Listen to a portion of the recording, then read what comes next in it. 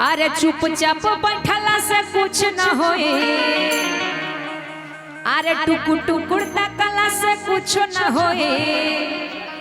आज जब ले ताली न बजे बाबा खुश न होए, आज जब ले ताली न बजे बाबा खुश न होए। लेकिन कुछ भक्त सोच रहे हैं कि अभी अगर ताली बजाएंगे हो सकता अगले जन्म में घर घर ताली बजाना पड़े। ऐसा कोई बात नहीं है, नहीं है ना, कोई बात नहीं है। बोली शंकर भगवान की जय।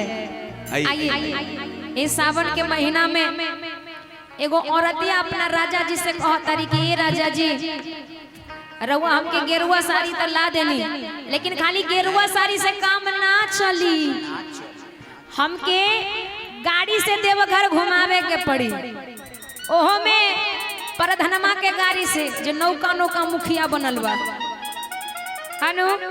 औरतिया बड़ा निमन भाव में कह तरीका, अरे चढ़ल बा सवनमा खुशे होई नाही मनवा खाली गेरुआ साड़ी कि चढ़ल बा सवनमा खुशे, अरे होई नाही मनवा खाली गेरुआ साड़ी से, हो खाली गेरुआ साड़ी से। तो देवघर ले चला, तो देवघर ले चला सजनवा हो परधनमा के गाड़ी से, नौका मुखिया के गाड़ी से। तो देवघर ले चला सजनवा हो परधनमा के गाड़ी से, नौका मुखिया के गाड़ी से।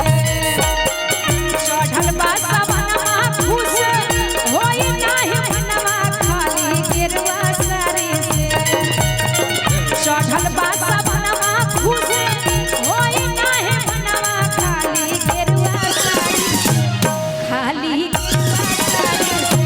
तो देवघर ले चला सजनवा हो परधनमा के गाड़ी से, नौका मुखिया के गाड़ी से।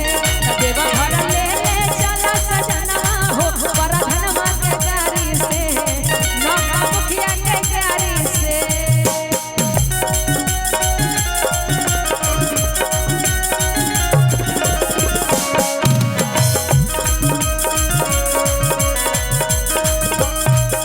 जय हो भोले।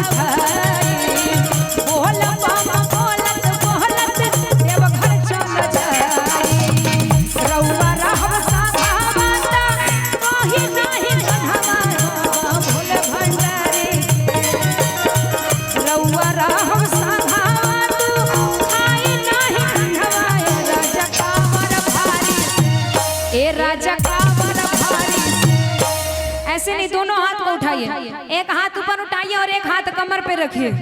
तो देव घर ले ले चला सजना